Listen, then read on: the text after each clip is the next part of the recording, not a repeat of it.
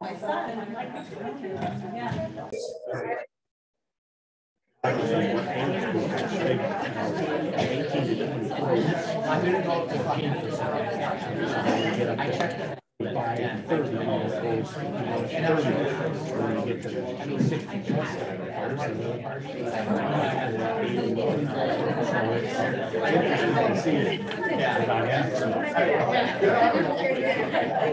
We managed to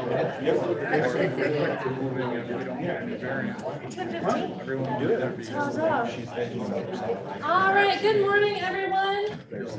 It is my great pleasure to be able to welcome you into the workforce the next 10 years and how to thrive. My Pinky has worked with numerous rural communities, making a difference in recruiting, retention, and many other workforce challenges for organizations of any size, and has solutions that are great for any industry. Mike was appointed by the governor to be a Nebraska diplomat and assist in workforce and economic development in Nebraska, where he has lived for over 20 years after growing up in northern Minnesota. Mike is married to Michelle Pfeiffer, not the one that you're thinking, but I did not trade her for the world. His favorite song is karaoke tune is Jesse's Girl. We should test him at the end of this. And fun unknown fact about him, he used to be a race car driver. So join me in welcoming Mike, who's sure to turn this conversation on its head. It's an exciting 700-mile drive up here on Sunday, but love getting up here every chance I can. I was blessed enough to be up here a number of times this summer, but a little bit more about my background. Went to Bemidji State University. I'm finally in a room where everybody knows what that is, right? And after college, managed home improvement stores. So as you can probably guess, that's how I relocated a whole bunch of times and somehow ended up in Nebraska.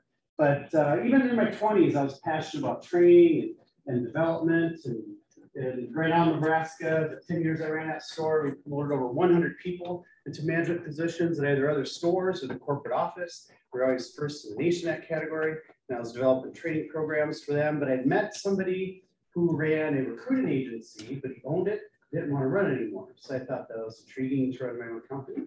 So I resigned that for 8 years, and that's right when corn prices took off in Nebraska, and we had, well, everywhere, but we had the lowest unemployment in the nation. We hired 3,000 to 4,000 people a year, staffing for every industry that I'm sure that's in this room. So it got really challenging, but we got really creative and were able to match that and continue to develop training programs. And it was about 8.5 years ago now. I scared the heck out of my wife, said I want to quit my job and start my own thing, but again, very blessed, get to travel around. I was just in Oklahoma a couple weeks ago. By next week, I'll be all the way out to Rapid City and Cheyenne doing events just like this. It's a really important topic, of course. The next 10 years looks pretty scary. Workforce, one of the least mysterious things in our nation, right? We know exactly how many 62, 63, 64-year-olds are going to retire. We know exactly how many people are going to come out of high school, trade schools, and colleges, and it's not good. Even with modest economic growth and how many jobs that creates each year, we're in a struggle, right? We were in a struggle before the pandemic. Wow, we thought hiring was tough, that and retention and thinking about the future. Now it's really a challenge, but thankfully there's some good answers. So I have those today with me, and my presentations are a little different. Okay, sorry, no PowerPoint where I redo the slides. I'll never have figured that out. Plus, I just gave you some information. I hate speakers that are so tight with the information. I'm like, can you give me something so I don't have to write 100 miles an hour? And very interactive. So before I even get started, we're actually going to give you a couple minutes by table to talk and come up with a challenge for me that you can throw at me that I need to get an instant solution for what do you see is the biggest challenge the next 10 years? For you, your area, your industry, however you want to frame it. I'm good with that, but I'm going to give you a couple minutes and I'll come back, come up with what you see as the biggest challenge the next 10 years. Go.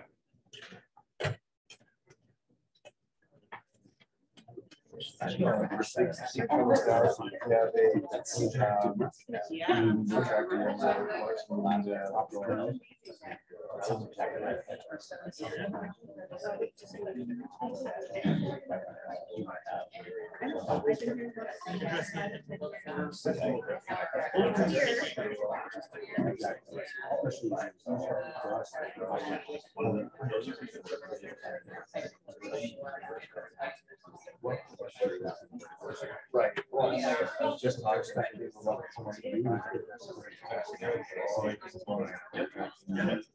you do not have that's directly by the work. That's my workforce. Remember,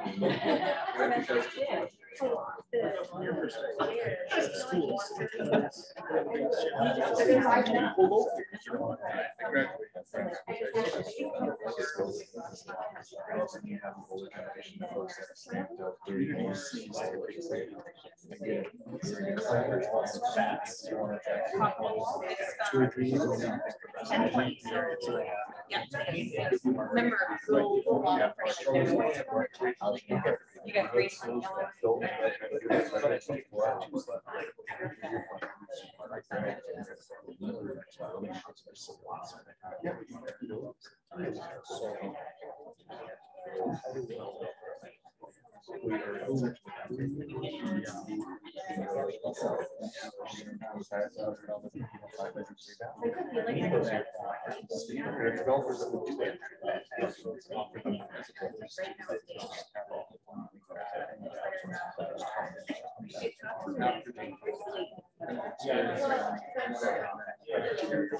All right, did everybody enough time?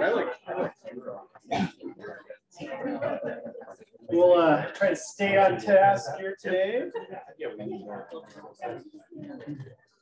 need to end on time. That's a great way to tell your speaker readings to go along. So we will end right at 11:15. That's about 3 minutes fast. But, all right, so pretty informal today. The ground rules.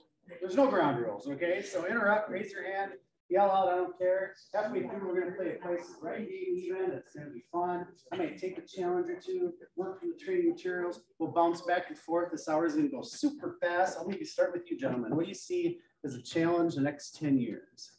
I think as you look in, especially for us, we're coming new to the area and basically trying to hire a diverse group. And we think diversity is very important. It helps with decisions. So what kind of structure would you put forth in order to ensure you have the right diversity and you're hiring the right employees for the business? Yeah, that's a good question. I guess there's quite a bit of diversity in Nebraska. It's really helped their economy thrive. There's no doubt about that. You know, to me, I know I'm going to be speaking in Rapid City next week, and they have a speak in the next 10 years. The next 10 years, you know, there's a big initiative out there that's going to possibly even double the size of the town, and they're pretty afraid. But to me, it's like one thing I learned from the owner of the employment agency is build it and they will come. Because every time I'd go out and form a relationship and we'd start hiring for somebody, our staff would go, oh my gosh, what are you doing? We don't have any people. There's no workers here for that. But that's just how the formula works. You don't get the workers first and then try to create jobs. It's awesome, but especially in the climate we're in today, never going to happen again in my lifetime. So first we create the jobs and find ways to promote those opportunities to show that we are inclusive and that we do have opportunities for a wide variety of people. And that's really the first step. And then how do we tell that story? You know, to me, attraction depends a lot on a variety of things. One of my go-tos, the fastest growing way to attract people to a community, to a company is a testimonial. So 2-minute video. Doesn't the whole world revolve around 2-minute videos? I wonder how many per day get posted on TikTok. That's got to be a big number, right? So a 2-minute video of a real looking employee, not a model, made from a smartphone, not a slick production company, on why I moved to Grand Rapids, and it was very welcoming, and why it's working for me. Why? Because we only trust our peers now. We do. I don't think my wife buys anything that costs more than $50. Look, going online to see what y'all had to say about it, because we don't trust ads and marketing and all this other stuff we've been sold to too much in our life. So can we, and the real looking employee, even with a name tag, that'd be great. Again, not a slick production company. You can't have like company graphics coming in, because now I'm feeling sold to again. It has to be authentic, that authenticity of come to Grand Rapids, it's great. And I could tell that story, and you could tell that story. I'm sorry, a 24-year-old could tell it a whole lot more convincingly. It's just the way it is. And what's the cost of this project, this testimonial? How much is it going to cost you? Nothing, nothing. I loved nothing when I was the boss. And then when I wasn't the boss and I was trying to run things up the ladder, nothing worked pretty good for me then too. Okay, so I could put a millennial in charge of that project. They'd probably do a way better job than I would. And we can really find ways to tell the story of, look at us. You could come here and some great things can happen. But I think that would be one approach to doing that. Absolutely. Good stuff. You know, when I think about workforce the next 10 years and so much I catch it up to. My first real job, I guess, after BSU was in Rochester, Minnesota. And I'd say the workforce has completely changed since then. Would y'all agree? And us employers, yeah, we've changed about this much. So we have some catching up to do. Absolutely. And it begins with looking at our current staff. So what does the next 10 years look like? How many people that are on my roster right now won't be here in 10 years? And today is not too late to start planning for that. And hopefully you have a level of trust and you can talk to people to see what their plans are. Because my point is they have a plan. They have a plan. 10,000 baby boomers a day retire in the United States. So 10,000 more retired today. Not a one woke up this morning and goes, you know what? Man, today is the day. Yeah, I'm going to go find the HR office and turn my resume. No, they've been thinking about it for years. They know exactly when that day is. How about we work together? How about we give them some cash to give us a 6-month notice? And I hope they know we're not going to shove them out the door. We want them to stay as long as possible. So if we have 6 months, we could groom somebody to replace them. Or maybe we figure out we don't have anybody in our current team. We have time to recruit and hire and still have that person work with another employee. A 2-week notice does you nothing. You haven't even filled it yet. And that all that institutional knowledge, all that experience and wisdom is walking out the door.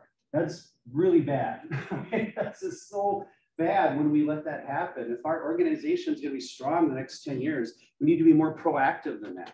And we need to start thinking about today, bench strength and succession planning. Was it about year 2000 that succession planning became a buzzword, which is kind of funny because nobody retired. The baby boomers get working.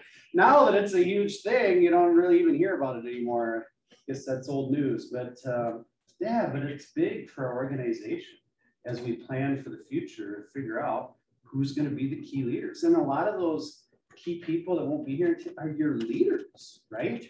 They're some of your top, most counted on folks. So this is a big deal. And when it's time to groom or select somebody to replace them, who do you pick? Is it a promotion or is it a projection? Because to me, it's a projection.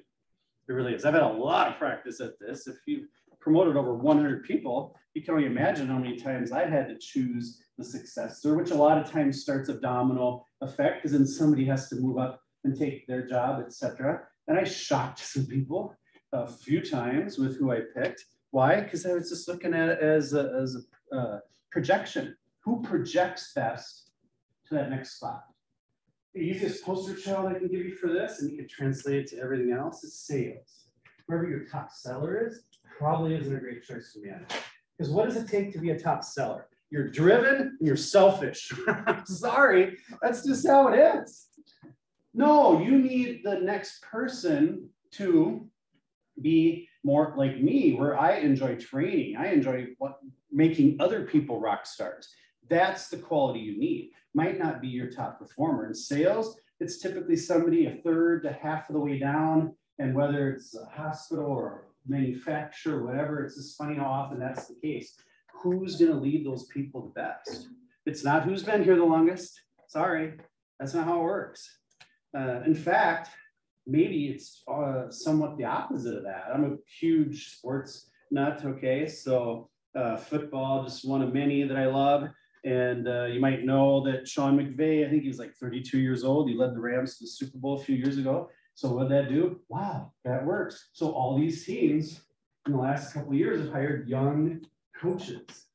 But I'm like, I'm looking at your organization. Let's see. The next 10 years, let's make a little list of what it's going to take to be successful. You're going to need somebody that embraces change, right? Do you all agree?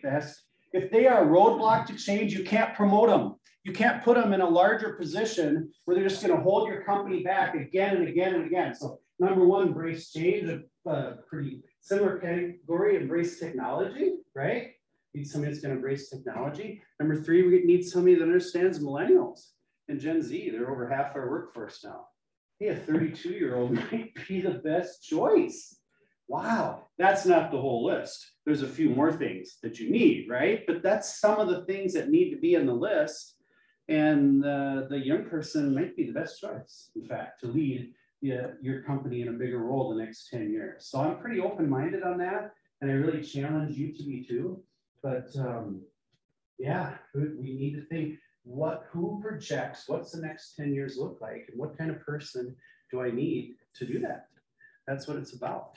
And do we hire people that can fill bigger roles the next 10 years? I need to hire people with high ceilings.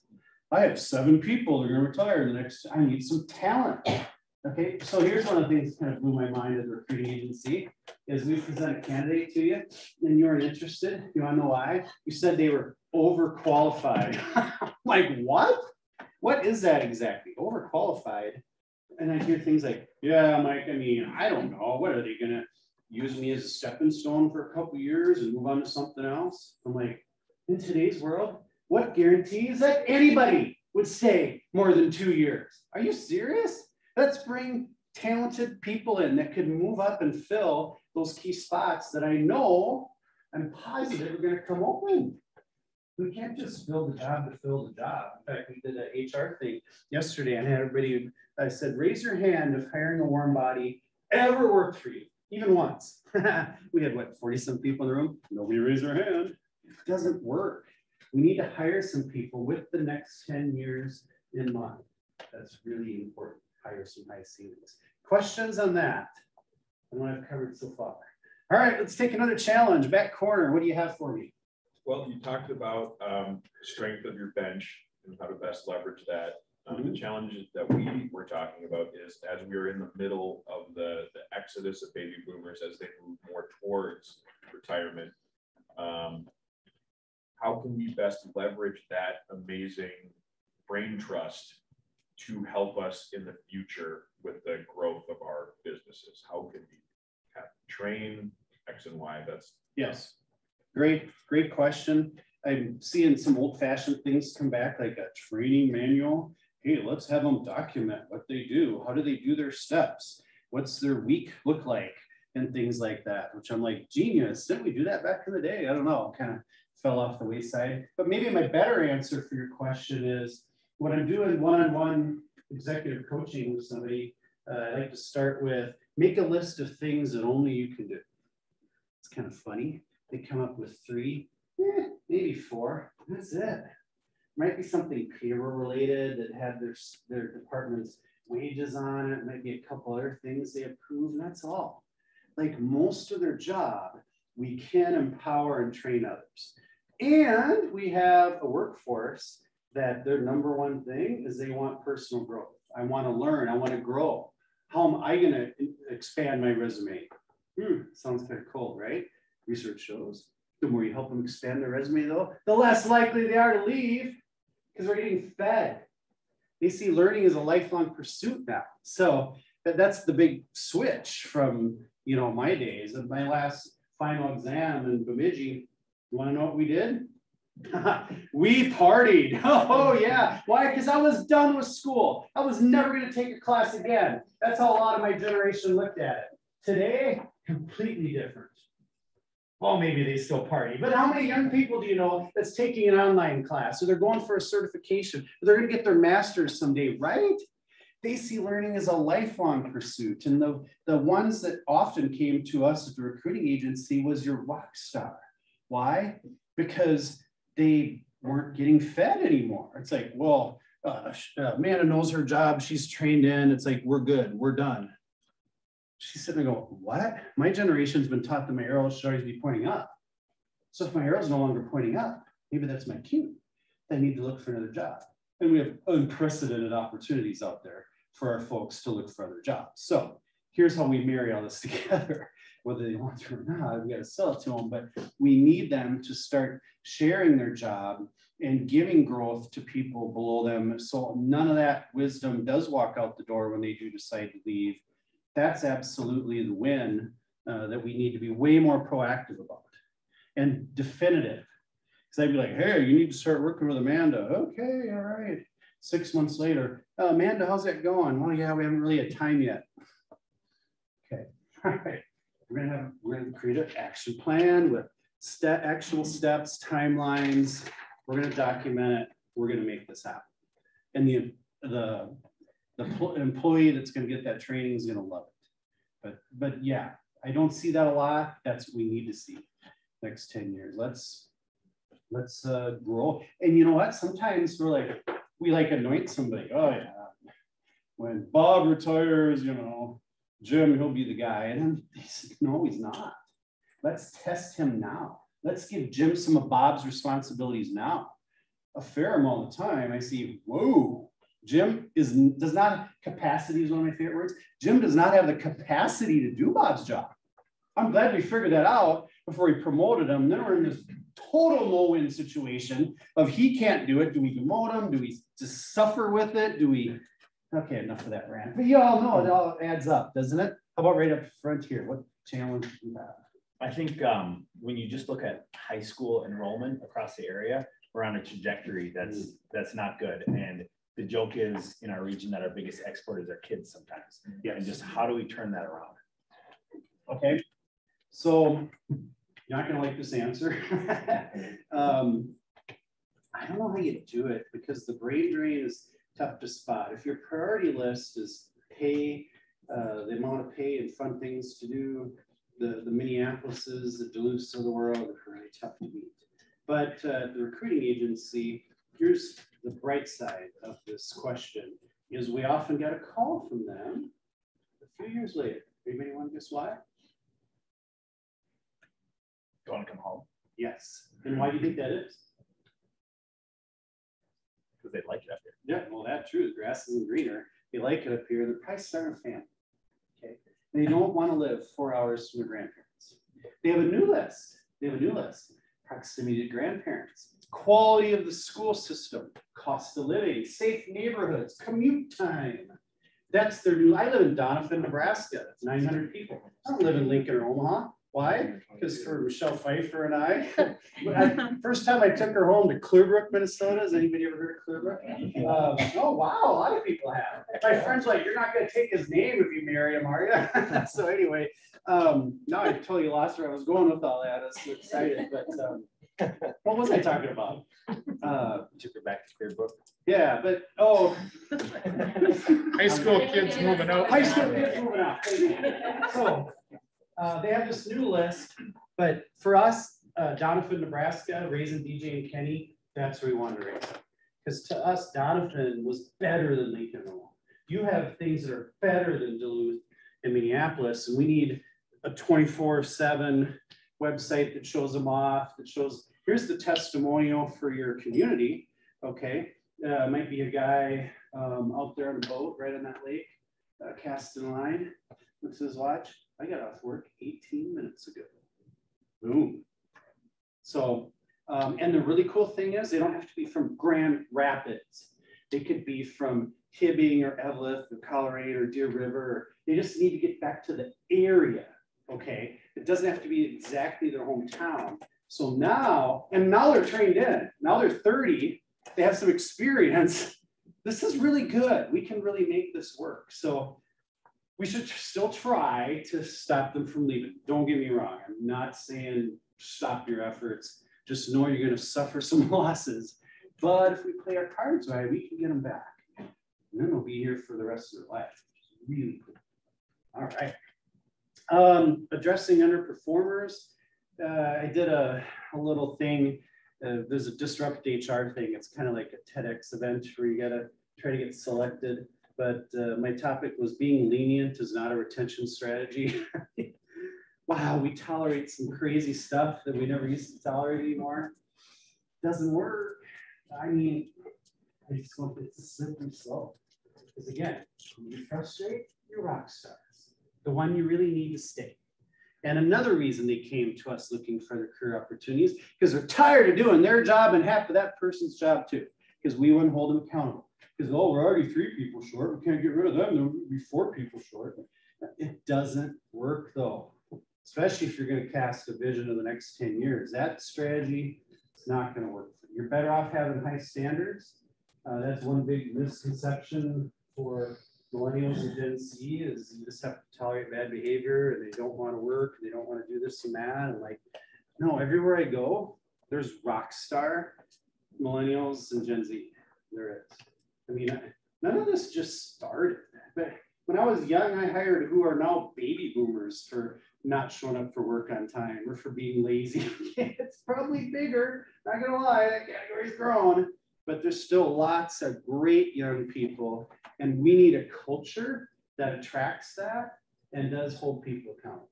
So it's a different roadmap. We can't hold people accountable with an iron fist.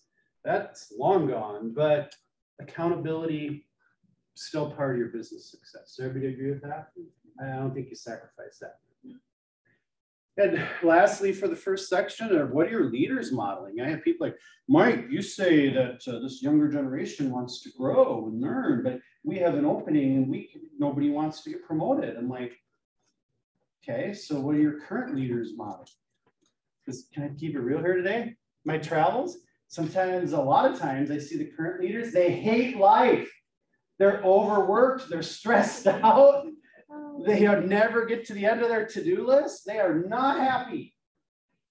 And yet we somehow want to trick these young people into taking that job. Well, they're smart, okay? They are. They want to get promoted, just not any promotion. Okay, it has to be a fair deal. And we have to support our leaders more so they can enjoy their job. All right? We can't have everybody walking around, how you doing this morning? Living the dream, Mike. Like the #1 answer today, and always said with such sarcasm, like, my life is terrible. I hate it here. Isn't that? Plus, you go on TikTok and Facebook, it's just, that's a trendy thing now. I hate my job. Well, okay, so we need to support our leaders. Hey, managing people is not easy. I wasn't born with any of it. I'm pretty sure nobody else was either. So let's give them more support and have them be happier and more successful in their role so other people do aspire to move up into those positions in our company. Any questions on that? Maybe one more challenge before I go to, how about that table back there? What do you got? Well, kind of the opposite of this table, looking at demographics in terms of just like population. Oh, doing the population.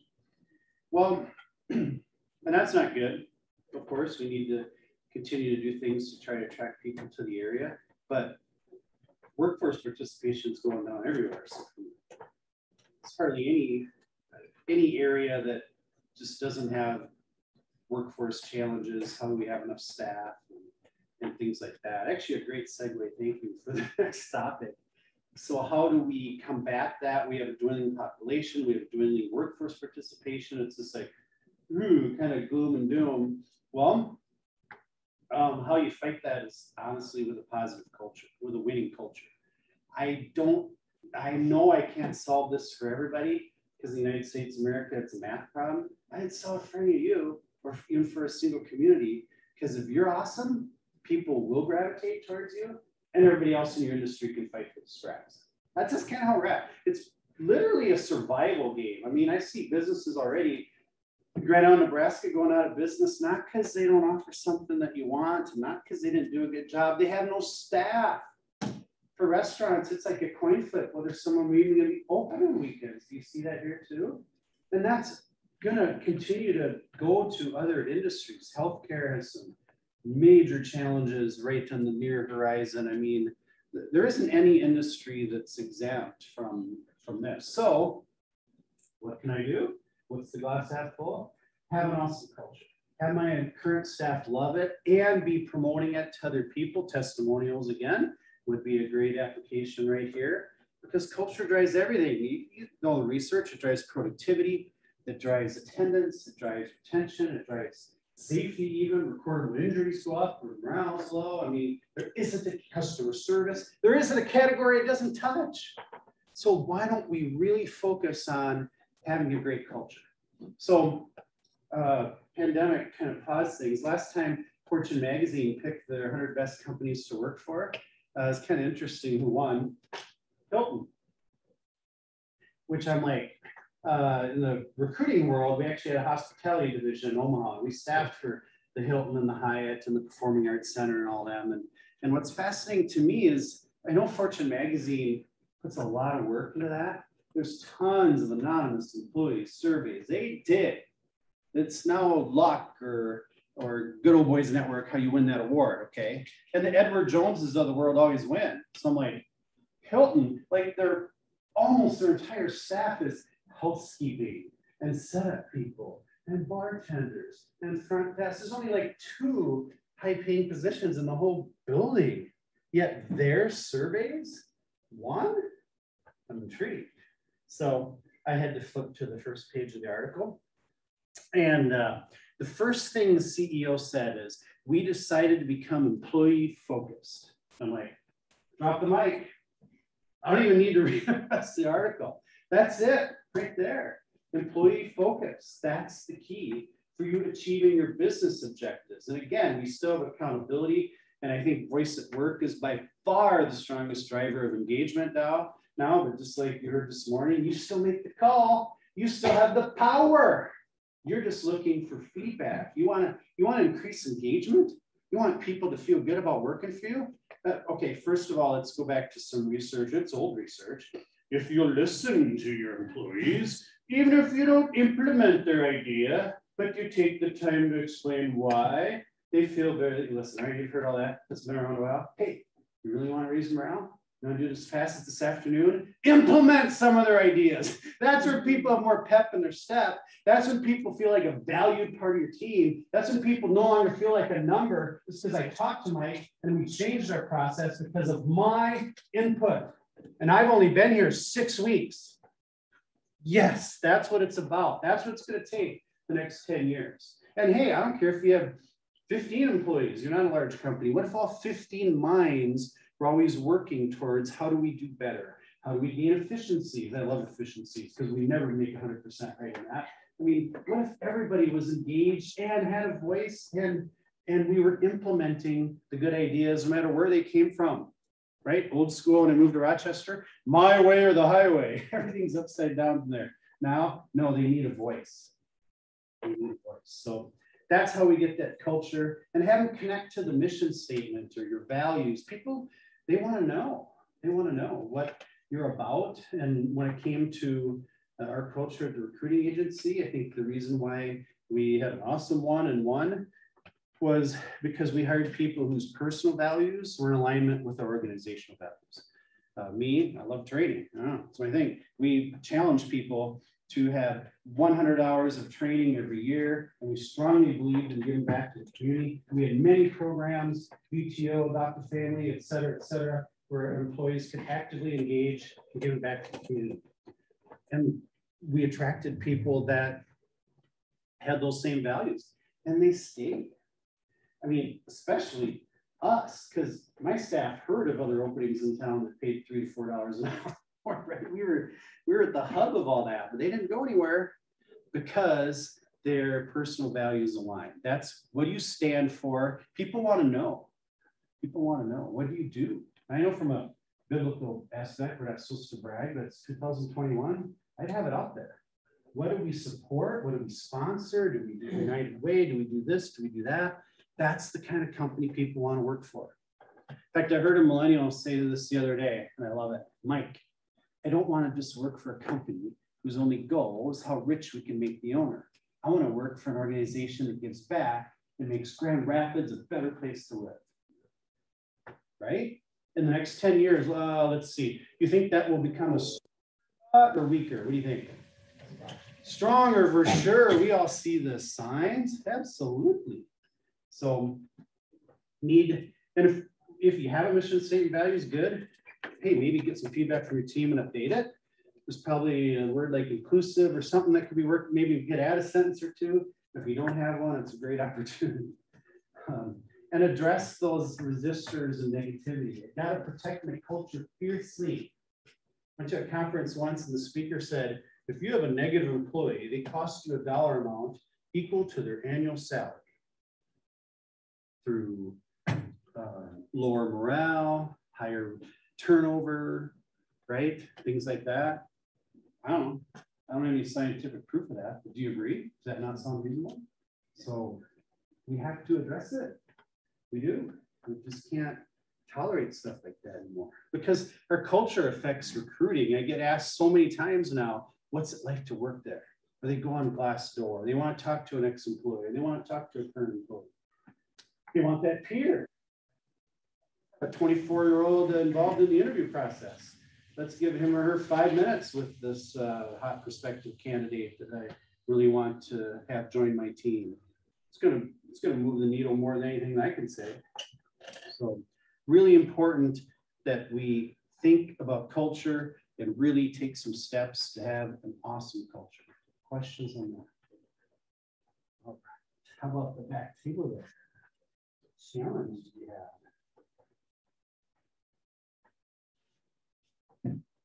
We're gonna piggyback on the culture conversation. Good, good. So we're talking about everything that's happened in the last 18 months and Yes. looking at the future, building flexibility in traditional work settings. Mhm. I think that's important. Not everybody can just let people work from home. In retail, manufacturing, so many things, it's just not an option. But the word flexibility. So if I can't, to me, maybe if you hold the cards, maybe the perfect is kind of a combination approach where they can work from home at times or not at times. But I know yesterday I heard somebody say, I love working from home. It's the best thing ever. I hate it. It wouldn't matter which role in my life. That's not what I want. So there's people in both camp. Not everybody just wants to work from home. But what is the flexibility? I think a work-life balance. One of the companies I work with is John Deere, and they're really scared, frankly, because people don't want to work 80 hours a week through planting and harvest when there's a lot going on. And the technicians, they don't need to do it all year round, but there's those 6-week windows, and it's just there's less and less people just want to do it. I mean, they just can't believe when they got to work 50 hours. So we need to think. I remember I was at a conference one time and I was talking to the speaker. She was talking about this, and this guy come up, yeah, we're really struggling to hire people. And what's the deal? Oh, we're a concrete company, and summer's go time. We work, sun up to sundown every day, blah, blah, blah. And she goes, yeah, I might have to buy a new truck and add another crew so everybody works a little less. It's just like, yeah, we need the work-life balance. Whatever industry you're in, we need to figure out how can people, because for them, work-life balance is key. Because who are the parents? Baby boomers who came home late, came home tired, complained about their job, missed my ball game, missed my band concert. And they looked at that and they go, I am not going there. I'm not going to kill myself for my employer. They've drawn a line in the sand. From what I've seen, they stick to it. It doesn't mean they won't work hard. It doesn't mean they're not loyal. And it doesn't mean they won't work extra at times a year. They're not going to work extra all year long. Just not. They have a life. Even if they're young, even if they don't have a family yet, they have a life. It's important to them. We need to figure out that win-win, right? Stephen Covey talks about the win-win. We have to find the balance. Obviously, organizational goals and objectives have to have strong consideration, but balance, whether that's the work from home issue or that's not even on the table, how do we find some balance? Have to find it. Yes. I have a question. Absolutely. Of course I do. Do you think that nowadays compensation could be more or less important than a good lifestyle? Like if you were to give it a percentage nowadays, what do you think that looks like? It's actually dropped to number 4 as far as retention keys, voice of work, communication, training, and personal growth have beaten it out. I don't see it ever dropping lower than 4. And I'm not saying 4 is like the skinny little piece of the pie. It's still a significant, it's not near what it used to be. In fact, what's the most common thing you hear on Facebook? I didn't get paid enough to work for that guy. It's not about money. What is challenging for all of you is it's still first in recruiting. But to be fair, I think they started the highest bidder and worked their way down until they find a job where they're looking for the stuff I'm talking about. And that's where they end up staying. So, so that's how it affects recruiting. But retention, yeah, it matters, but they're not going to leave their job. If they have a great boss, 2 out of 3 people who quit a job don't like their boss. You know, it's way more of that than it used to be. That's a great question. So we need new hires to be accepted. We need them to stay, right? Absolutely. And we need to do a way better job of that. I like Zappos, they have world-class onboarding. I'm like, yeah, that's what everybody's goal needs to be. If you find somebody good enough to hire, you need to treat them like gold. That's a big deal, right? We need to roll out the red carpet. We need to coach up our current team and really do some things. We need to really here's where the bar is set. They need to go home from the first day and put on Facebook how much they already love their new job after they've only been there 8 hours. And if you didn't do that, you didn't do enough. Because when I'm doing onboarding training, the message I try to give to people is their phone is still ringing. They put out 10 applications. They put out 10 resumes. Nobody puts out one. You hired them first. Good for you. Nobody else in the room knows that. For 8 years of my life, hiring the number of people we did, I was one of those people a lot. We call people, great news, we have a job for you. Oh, only to hear, sorry, Mike already took something else. Think I gave up? No. Well, maybe you want to hear about my job. Maybe it's better than the one he gave you. It's hard to start trading in anyway, right? It's competitive. It's never been more competitive. Just because they accepted and they actually showed up for orientation, which is kind of a win as well, doesn't mean the game's over. It does not mean the game is over. All right. As I take this table's challenge, I'm going to set up my prices right. No, I'm just going to set it up quick. I'm going to stay on text here.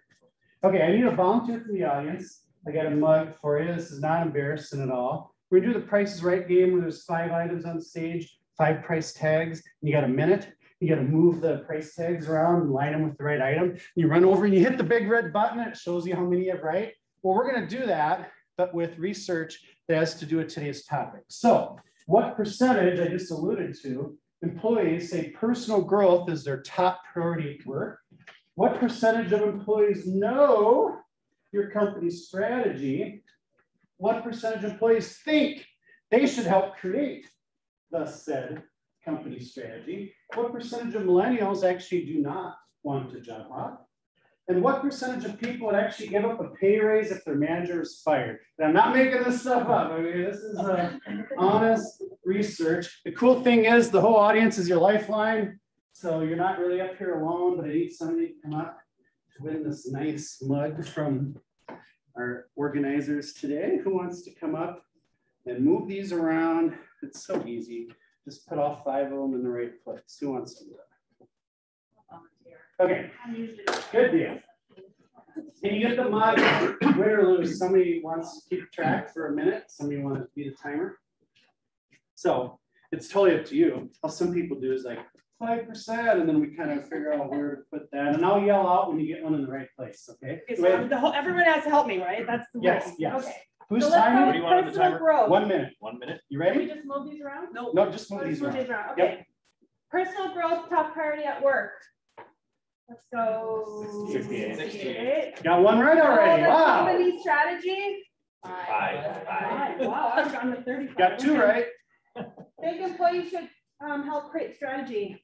97. Yeah, the highest one. 3 right. Millennials Wow. who don't want to job hop.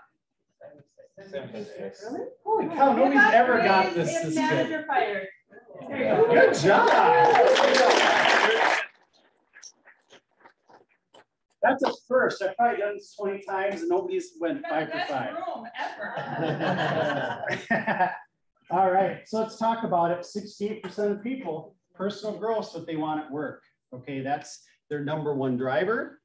5% know your company strategy. Ouch, that doesn't sound good. But they all think they should create it. They all think they should have a voice. They want to be involved in setting goals and doing things like that. It's just crazy. And 3/4 of millennials don't want to job hop.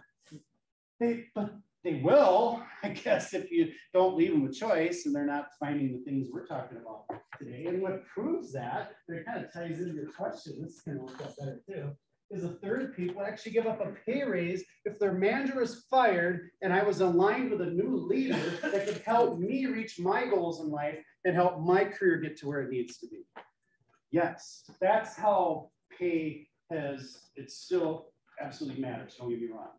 It's just not first and foremost. I'd give up pay to have a great mentor and coach as my boss. Absolutely. Good stuff. Good job on that. All right. Now I'll do this tables challenge. What do you have?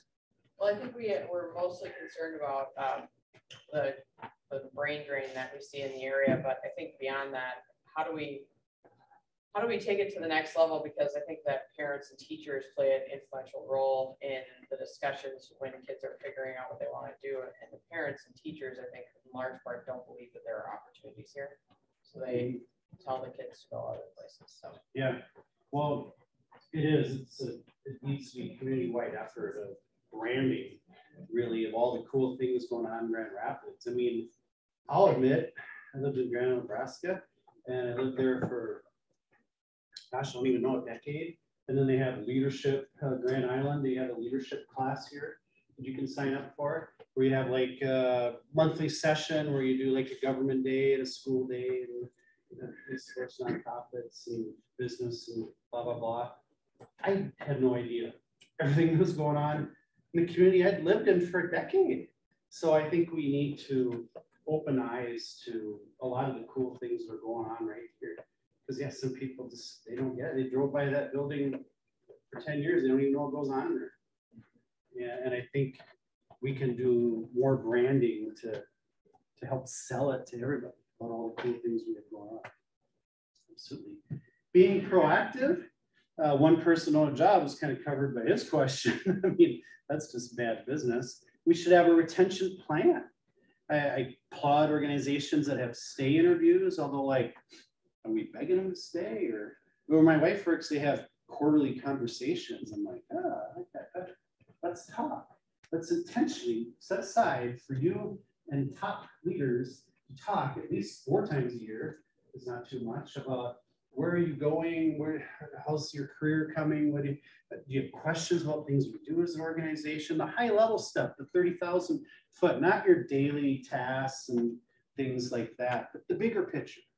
I love that. That's important. In fact, let's have mentoring. One organization I visited, every new hire gets assigned a mentor. I'm like, nice, I like it. Because mentoring is one of my favorite words in life. In fact, when the new hires show up on Monday downstairs, the mentors are all down there, not anybody else. And each mentor has a sign with the new hire's name on it, like kind of like the little dude does at the airport if you have transportation lined up. So there's not even one uncomfortable moment. Like the second they walk through that door, they go, oh, he has my name on his sign. I need to go to him. And they fund the mentor to take him to lunch the first day. That's $25. Well worth it. I'm just like, that is so cool. It's so easy. Why don't we do stuff? And somebody from accounting could mentor somebody in sales. Because again, you're not the trainer or the boss. You're the person to have those 30,000 foot discussions. Why does our organization do this? How do you think I can move up? How do I get on the better side of my boss? Those kinds of things. Let's be intentional. And leadership training. I mean, I love doing leadership training, but it's just necessary. Never has your leaders had more of an impact on your culture and your future, your company than now. I mean, the last book I read has turned into one of the favorite books I've ever read. It's called Love is Free, Guac is Extra. Has anybody heard of it? It's by the guy who ran Chipotle for many years, not anymore, but his philosophy, it's really complicated, okay? You might want to get your pen out. Let's just build strong leaders, period. Because if I have a strong leader at each location, they'll hire the right people. They'll make sure they have great customer service. They'll make sure things stay clean. They'll make sure training happens, right? Yeah, he's got a lot of other great stuff in the book too, if you want to check it out. But that's what we need. We need strong leaders. If we're going to move forward and be the preferred employer the next 10 years, that's a big one for sure. And since voice at work is the #1 driver of engagement, raise your hand if you do an annual anonymous employee survey. Anybody? A few. About half the room, that's area opportunity, I would say. You know, there's still pretty much free methods. You can spend a ton on it too, which I don't need 75 shirts to look at personally. I just want the data. Okay, if you've never done it, here's your plan. #1, do it. #2, share the results. It's a little embarrassing, but just share. Oh, first off, put your seatbelt on. You've never done one before. The sins of the last 20 years. I've been reading like, you've never done that forever. But anyway, they want to get it off their chest, right? Okay. So share the results, come up with an action plan, 3 steps. Here's 3 we're going to attack. Do the action plan. By the second survey, you already have much higher scores. You'll look like a hero because you're like, oh, they listened and they did some of that stuff. So really important. Biggest challenge, how about this day? Well, Mike, you kind of talked about some of the things already for us that we discussed, diversity in the workforce, attracting that culture. I guess the only other thing that we were kind of discussing that we haven't talked a lot about is trying to manage and navigate the new normal in customer service. And we talked about it's used to be you would talk about bad customer service. Now it's almost a highlight if you find good customer service. Or even average. I guess that's really about the only thing that you want to touch on.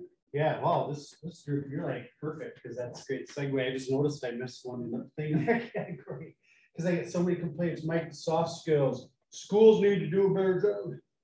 What's a school's job? I mean, I don't know that I'm going to let the parents off the hook, but that's a whole nother challenge in our nation. But so, okay, here's what you get as a new employee now. Okay, we need to back up the bus, and the training program needs to start here. We used to be able to start it here. Like everybody I used to hire automatically said, sir, ma'am, and thank you. This is so awesome. I never talked about it. It just happened. Today, not so much. Culture has changed. I'm not one to judge, but I have things that I need to have happen in the soft skills category, not just customer service, but probably in one shape or form, everybody in the room, right? Let's give them the tools and the training. We could probably blaze through some of the technology training because they're so sharp at that. It doesn't take as long as it used to. And I'm going to take that gain and apply it to where I really need it. And soft skills for sure. Everybody agree? I mean, I hear you. I hear everybody that says that because I agree. But yeah, that's what we need to do. Okay, last but not least, stable is the corner. Well, a lot of recruiting and retaining employees and just making sure for our area for the long term that. Yeah. Yep. You know, it's to me, I agree with what was said this morning. You know, more and more of the world can work from home. So we're seeing like property values in Montana like double because it's being worked from home. Why not just live somewhere beautiful? Well, it's pretty beautiful here. I don't know if I'm biased because I grew up in northern Minnesota, but I don't know who can argue. Like, it's just great up here. And I think we have so much to sell that our future should be bright and that we should be able to tell our story and attract more people. And yeah, utilize some good recruiting methods like having just a quick one I shared yesterday, your job posting. I mean, am I excited to work for you? It doesn't sound cool. I mean, here's 2 words to never use in a job posting: duties and responsibilities. People don't want duties and responsibilities, they want a paycheck, okay? So, but if I go on Indeed right now, that's like half the jobs. And then there's a full long paragraph. Oh, you've been in business 60 years and you've been in business 60. They don't care. Sorry, they don't care. You know what they care about? This. First line of your job posting, you want to join an organization that invests in employees, has a strong training program, is very interested in your career growth. Because let's see, if everybody I hire, like their careers like really grow, I bet magically our organization is like kicking butt. Would everybody agree? So that's what it has to be about. Let's promote why somebody should come. And if I don't have all that stuff in place yet, let's work on that. Let's work on better onboarding. Let's work on career development plans. Let's work on things that would be great for the ones that stuck with me and absolutely entice more to join our team. Good stuff. All right. 5 minutes. I have one category. That'll be enough. It's kind of one of my favorite things in life to talk about. So how do we just wrap everything up that we talked about today? How about you just start your own leadership academy? Okay. I love doing this. I've helped John Deere, Ashley Furniture, some hospitals, Bakes do it. So you don't have to be a large company to do it. Have your own customized training. Rather than sending people to a Fred Pryor seminar, those are okay. I'm not, but just for you, just for your organization. And to me, you could do it any way you want. To me, it's like a 50-50. Half the day is leadership training. The same things we're giving our current leaders. This is for non-management people. These are the people that ain't making the big bucks yet, that you want to stay.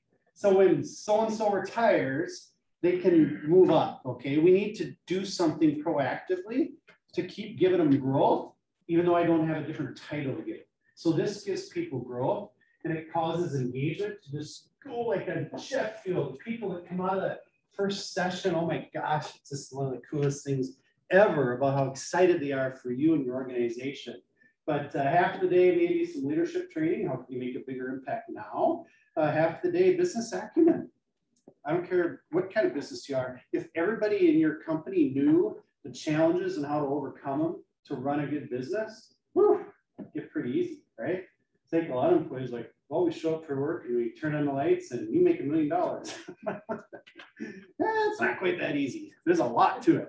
And there's a lot I can teach you, and it's not confidential. Here's another thing from Rochester.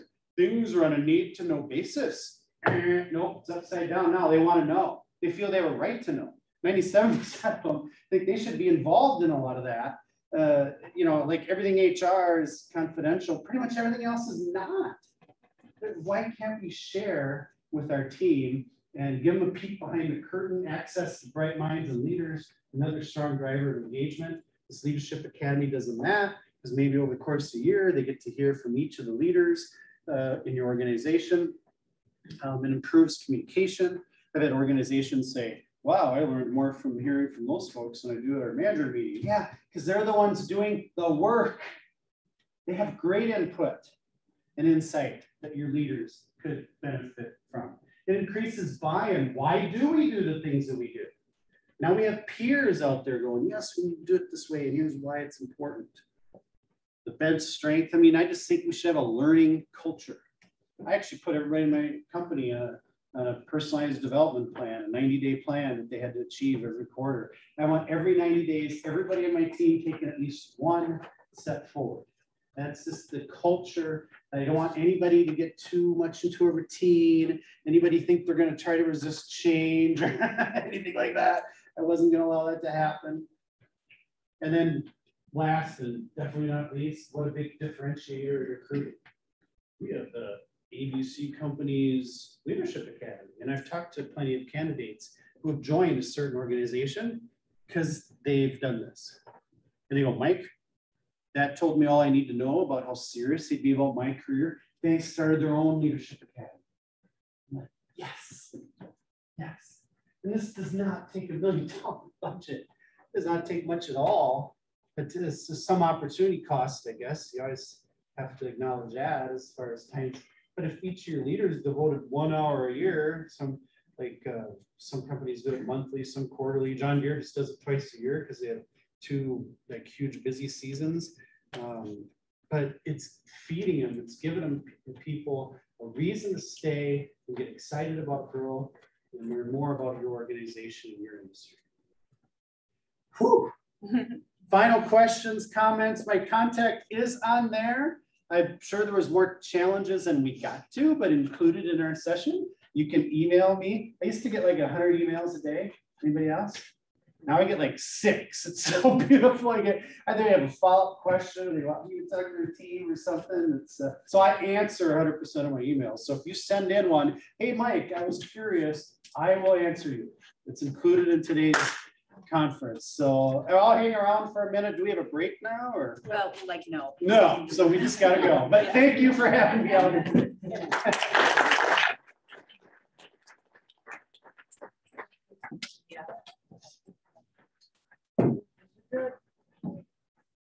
We know what the other rooms are. What's your next session, Tim? Oh, yeah. You are gonna be going to economic. I can. Okay. I just really- So, I don't think.